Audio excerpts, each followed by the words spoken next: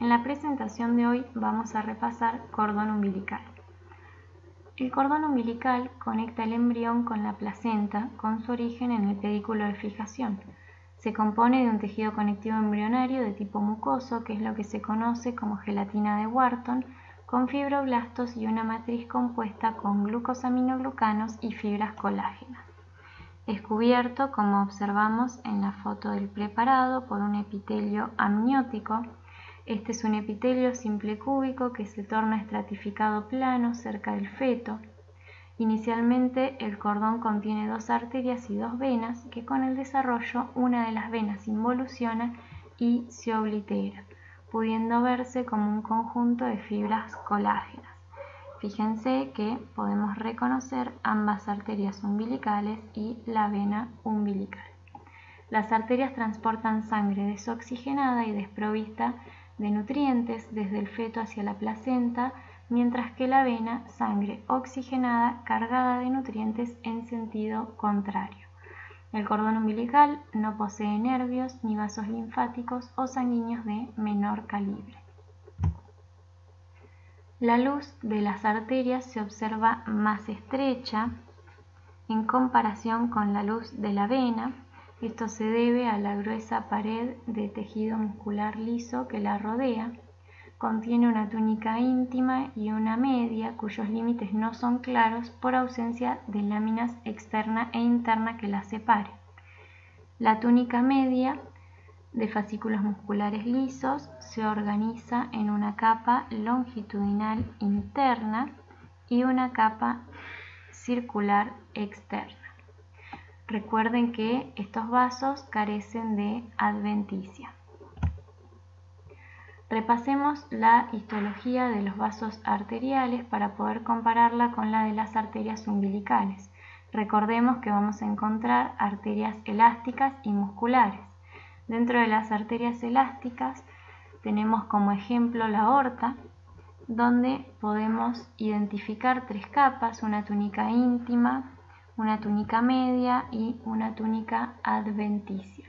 En la túnica íntima podemos distinguir el revestimiento endotelial, como está señalado en la imagen, con sus células planas que se apoya sobre una capa de tejido conjuntivo con células musculares lisas, algunos macrófagos y fibras colágenas y elásticas. Contigua a ella reconocemos la túnica media con un límite claro entre ambas. Esta túnica tiene abundantes células musculares lisas. Fíjense que podemos distinguir sus núcleos, ¿sí? Y hay membranas elásticas fenestradas que se observan como estas láminas onduladas de un color más bien rojizo. Como capa más externa encontramos la túnica adventicia, sin láminas elásticas, compuestas por un tejido conjuntivo, vasos sanguíneos y nervios que irrigan e inervan este gran vaso respectivamente. Las arterias musculares, vamos a ver que reconocemos las mismas 3 capas que las arterias elásticas. Fíjense que vemos la túnica íntima, la túnica media y la túnica adventicia.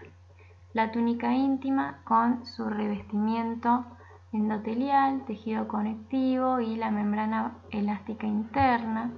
La túnica media compuesta por células musculares lisas en disposición circular junto a fibras colágenas y elásticas. Cuando las células musculares lisas se contraen, van a ver que sus núcleos se tornan con esta forma de tirabuzón. La túnica adventicia corresponde a la capa más externa, como bien dijimos, y se compone de un tejido conectivo. En esta imagen podemos reconocer con un mayor aumento las estructuras de una arteria muscular. Fíjense que vamos a reconocer las túnicas que nombramos, la íntima, la media y la adventicia.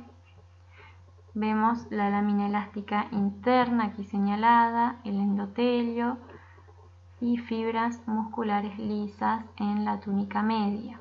En la túnica adventicia reconocemos fibroblastos, fíjense que están señalados, fibras colágenas, y esto que ven acá es la vasa vasorum, que es el sistema de vasos que irriga las paredes vasculares tanto de arterias como de venas grandes.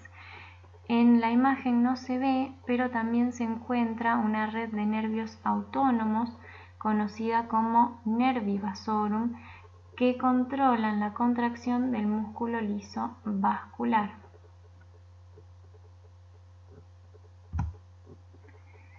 La vena se reconoce, como dijimos hoy, por un mayor diámetro de su luz y una pared muscular delgada, como vimos en la foto del preparado anteriormente, compuesta por fibras musculares lisas de disposición circular entremezclada con fibras en sentido oblicuo y longitudinal. Fíjense que reconocemos la túnica íntima con el revestimiento endotelial, la media con las fibras musculares lisas, observen sus núcleos, y la adventicia con fibroblastos, ¿sí? Observen que están señalados, también vemos fibras colágenas. Para reconocer un epitelio, primero debemos repasar algunos conceptos. El epitelio es un tejido avascular compuesto por células que recubren las superficies externas del cuerpo y cavidades internas cerradas, incluyendo el propio sistema vascular, y además conductos corporales que comunican con el exterior, como son el sistema digestivo, ¿sí?, el sistema respiratorio y genitourinario. Forma también la porción secretora o parénquima de las glándulas y sus conductos excretores. Verán también que existen células epiteliales especializadas que funcionan como receptores sensoriales del olfato, el gusto, el oído y la visión.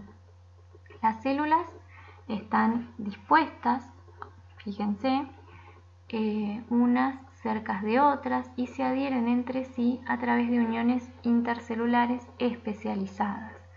Tienen una polaridad funcional y morfológica a partir de lo que vamos a reconocer una región apical, una región lateral y una basal, cada una asociada a una función de acuerdo a su composición.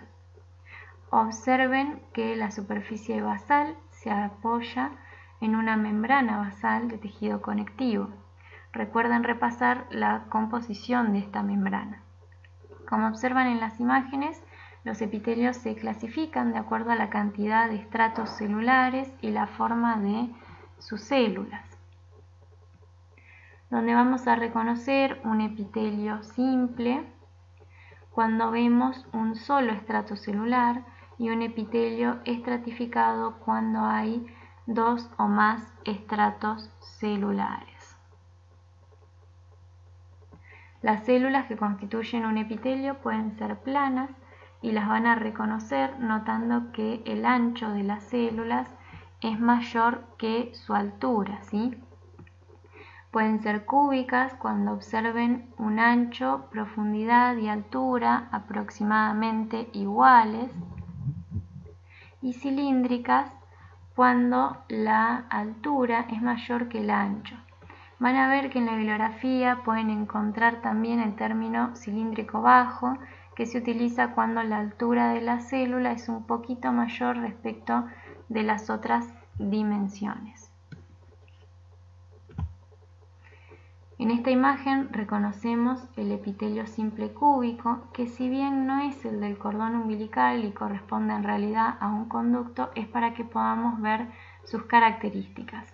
Deben reconocer los núcleos más bien esféricos, fíjense, y la forma cúbica de las células, como decíamos recién, con sus dimensiones aproximadamente iguales.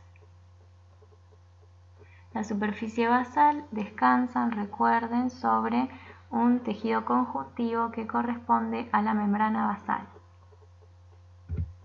En esta imagen reconocemos el endotelio, que corresponde al epitelio que recubre los vasos sanguíneos y linfáticos. Al observar estas células y siguiendo la clasificación que comentamos anteriormente, distinguimos un epitelio simple plano. Observen la forma de sus núcleos, ¿sí?, y la disposición que tiene el citoplasma. En estas dos fotos reconocemos la gelatina de Wharton, que, como comentamos al inicio, consiste en una sustancia fundamental especializada de aspecto gelatinoso que ocupa los espacios intercelulares.